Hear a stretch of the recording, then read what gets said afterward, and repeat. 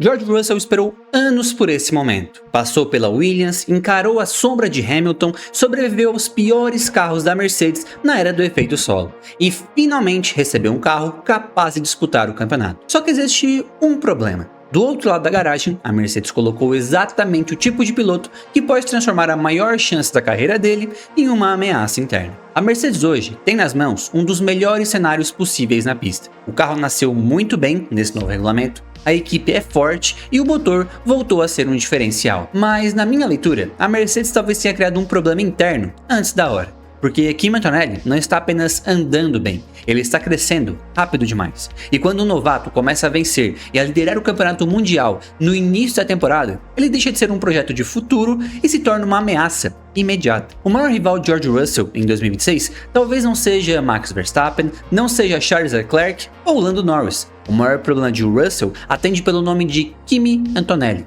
E a maior chance da carreira do inglês está virando de forma muito perigosa uma corrida contra o tempo. A Mercedes não tem apenas uma dupla forte, ela tem uma dupla que caminha a passos largos para virar uma guerra fria se o campeonato continuar apertado. E esse tipo de tensão interna não acontece por acaso, não é um surto. Ela é construída nos detalhes. A diferença entre um piloto preparado e um piloto que sucumbe à pressão está exatamente em como ele gerencia o ambiente ao redor dele, como ele se posiciona, como ele lida com a própria imagem. Um piloto que quer ser campeão não gasta energia mental com aquilo que ele pode automatizar, porque o foco dele tem que ser única e exclusivamente extrair o último milésimo de segundo da pista. E trazendo isso para o nosso dia a dia, para a nossa realidade, fora do paddock, a lógica da imagem pessoal e das escolhas inteligentes é exatamente a mesma. Porque se a imagem e a preparação importam lá dentro, eles também definem a sua postura aqui fora. Uma roupa que você escolhe para trabalhar, para gravar, para ver a sua rotina, diz muito sobre a sua organização. E é aqui que entra a Minimal Club.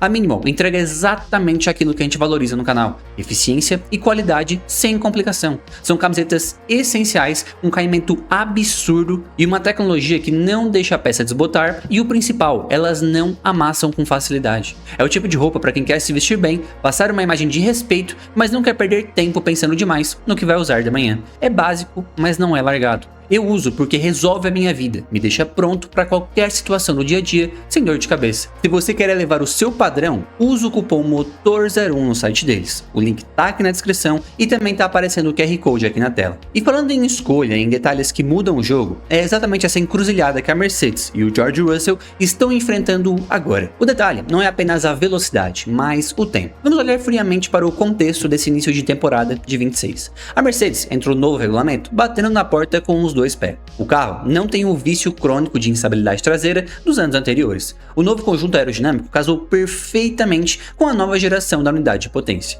onde a divisão de entrega de energia entre o motor a combustão e o sistema elétrico exige um gerenciamento que a Mercedes acertou na mosca. A prova disso foi a abertura do campeonato. A Austrália parecia a coroação de George Russell. Ele venceu com autoridade. A equipe cravou uma dobradinha impecável e por um fim de semana a narrativa global foi de que o Russell finalmente tinha assumido o trono deixado por Hamilton. Era o líder natural, o cara que liderou o desenvolvimento, o veterano da equipe que agora ia colher os frutos. Mas a Fórmula 1 é cruel com o tempo e implacável com as narrativas. O que se desenhou logo em seguida não foi a consolidação do Russell, foi a virada do Antonelli. O garoto não aceitou o papel de aprendiz de luxo. Ele emendou 2 vitórias seguidas nas provas seguintes. Vitórias de quem tem maturidade, ritmo de corrida e frieza para ler o pelotão. Hoje, Antonelli lidera o campeonato mundial com 9 pontos de vantagem sobre o Russell. 9 pontos em um início de temporada não definem um título matemático, óbvio, mas eles definem uma hierarquia psicológica.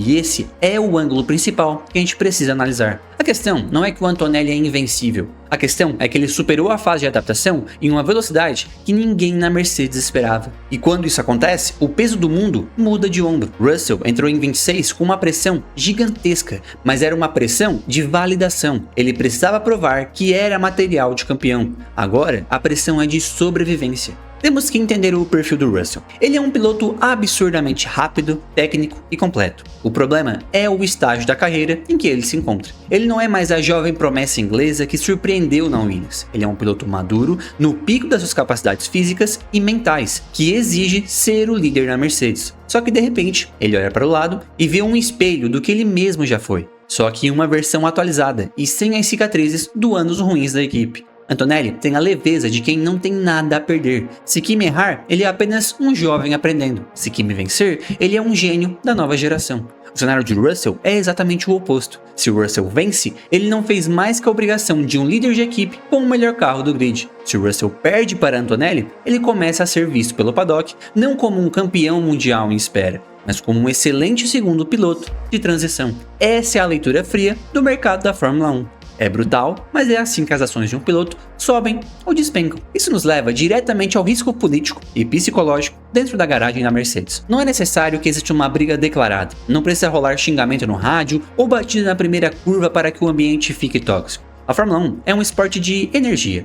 A equipe começa a se dividir silenciosamente. Metade dos mecânicos começa a olhar para a telemetria do carro do Antonelli com um sorriso de canto, maravilhados com o fenômeno. Os engenheiros começam inconscientemente a dedicar mais tempo às ideias do garoto que está liderando o Mundial. A atenção se divide. A estratégia, em caso de dúvida, não favorece mais o veterano por padrão. Se a Mercedes precisa fazer um pit stop de risco, um undercut duplo, quem recebe a prioridade? O líder natural da equipe ou o atual líder do campeonato? Esse é o paralelo histórico que me assombra quando eu olho para a Mercedes de hoje. Toto Wolff sabe exatamente o gosto dessa pólvora, porque ele já segurou essa mesma granada antes. A Mercedes conhece muito bem a dinâmica de uma guerra interna. Nós vimos isso acontecer na escala de tensão absurda entre Hamilton e Rosberg de 14 a 16. Naquela época, a equipe tinha uma margem tão grande sobre o resto do grid que podia se dar ao luxo de deixar os dois se matarem na pista. Mas existe um paralelo ainda mais doloroso e perigoso na história recente da Fórmula 1, que não é com a Mercedes, mas com a McLaren de 2007. Fernando Alonso chegou à McLaren como bicampeão do mundo, o rei absoluto do grid, o homem que derrubou Michael Schumacher.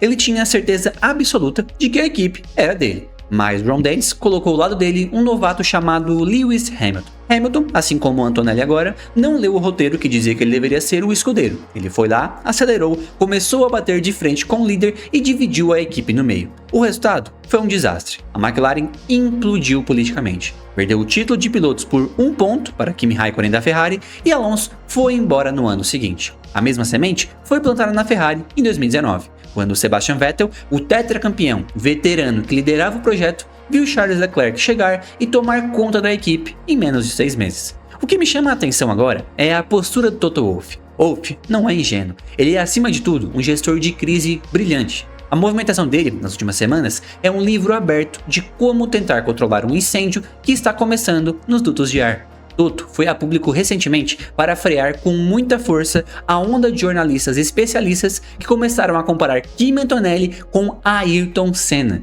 Wolff disse claramente que isso é injusto e perigoso, reforçando que Antonelli é jovem e está em pleno desenvolvimento. Mas, ao mesmo tempo em que ele tenta tirar o garoto do pedestal midiático, Toto também sentiu a necessidade urgente de vir a público e colocar o escudo na frente de George Russell. Ele fez questão de pontuar que o britânico teve corridas comprometidas por fatalidades de pista, safety car em momentos errados e tráfegos, coisas que escaparam do controle do piloto. Mas essa proteção de Wolff tem um limite, e esse limite é o cronômetro. A tese mais forte que temos que ler nesse vídeo, e que pauta o futuro da Mercedes nessa temporada, e na próxima década, não é que o Kimi Antonelli é melhor do que o George Russell hoje. Russell provavelmente ainda tem vantagem na consistência ao longo de um calendário gigante. Ele entende melhor o tempo de vida do pneu nas transições de temperatura, ele tem mais bagagem para lidar com o final de semana chuvoso, de classificação caótica. A maior ameaça para Russell não é o Antonelli do presente, a ameaça é a margem de evolução desse garoto. Antonelli está ficando muito melhor e muito mais rápido a cada etapa. Se no seu segundo ano num carro vencedor, no início da temporada, ele já consegue vitórias consecutivas e lidera o campeonato, a pergunta que apavora a garagem do Russell é: o que esse menino vai estar fazendo na 15ª corrida do ano, quando já tiver o domínio absoluto das manhas da Fórmula 1? A curva de aprendizado de um fenômeno é exponencial. Russell está no teto da sua performance, que é altíssimo, digno de título mundial, mas é teto. Antonelli ainda está subindo. É por isso que o Russell precisa vencer agora. O tempo parou de ser um aliado do inglês e virou seu maior inimigo. Ele não tem mais 3 anos para consolidar a liderança. Ele tem 3 meses. Se não impor a sua autoridade nesse primeiro semestre de 26, ditando o ritmo, enfileirando vitórias e forçando Antonelli a cometer erros de novato na tentativa de acompanhá-lo, a maré vai virar de forma definitiva. E se a maré virar, a Mercedes vai se ver diante de uma escolha insuportável. Se a equipe escolher cedo demais favorecer um dos lados, corre o risco de desmotivar o outro e implodir o campeonato de construtores. Se decidir que não vai interferir e não escolher, vai dividir pontos corrida após corrida, abrindo espaço para Leclerc ou Norris roubarem o título, até quem sabe o Piastri. E se em último caso a Mercedes deixar a pista decidir em disputas lado a lado, sem regras claras,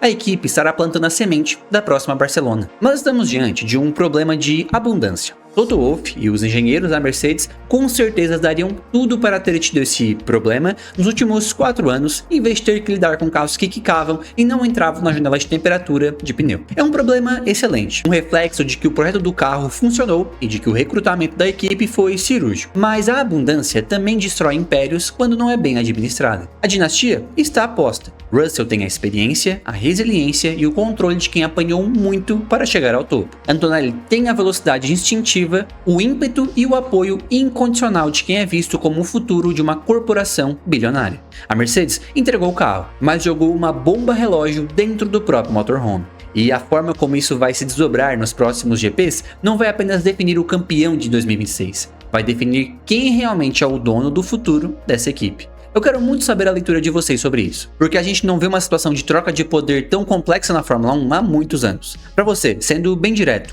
Russell ainda é o líder natural da Mercedes ou Antonelli já começou a tomar esse lugar definitivamente? Deixa aqui nos comentários, porque essa discussão vai longe e eu quero ler a opinião de vocês. E galera, muitos de vocês me perguntam como eu aprendi tudo o que eu sei para criar conteúdo aqui no meu canal no YouTube.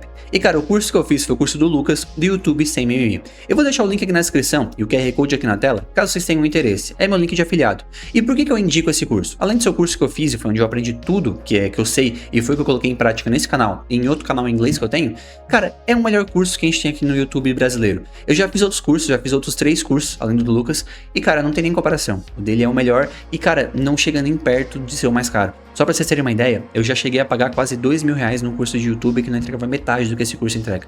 Então ele entrega muito valor por um preço, porra cara, muito justo, sabe? E o legal é que ele tá sempre atualizando novas aulas. Então, tipo, tu comprou o curso dele, tem as aulas lá, que é uma porrada de aula, mas ele tá sempre trazendo novas aulas, ensinando mais coisas, e ele faz avaliação no canal também, cara, é fenomenal mesmo. Então por isso que eu vou deixar o QR Code aqui na tela e o link na descrição. E eu e o YouTube recomendamos esse vídeo que tá aparecendo agora aqui na tela pra você. Eu sou o José e esse é o Paddock Motor. Valeu, galera!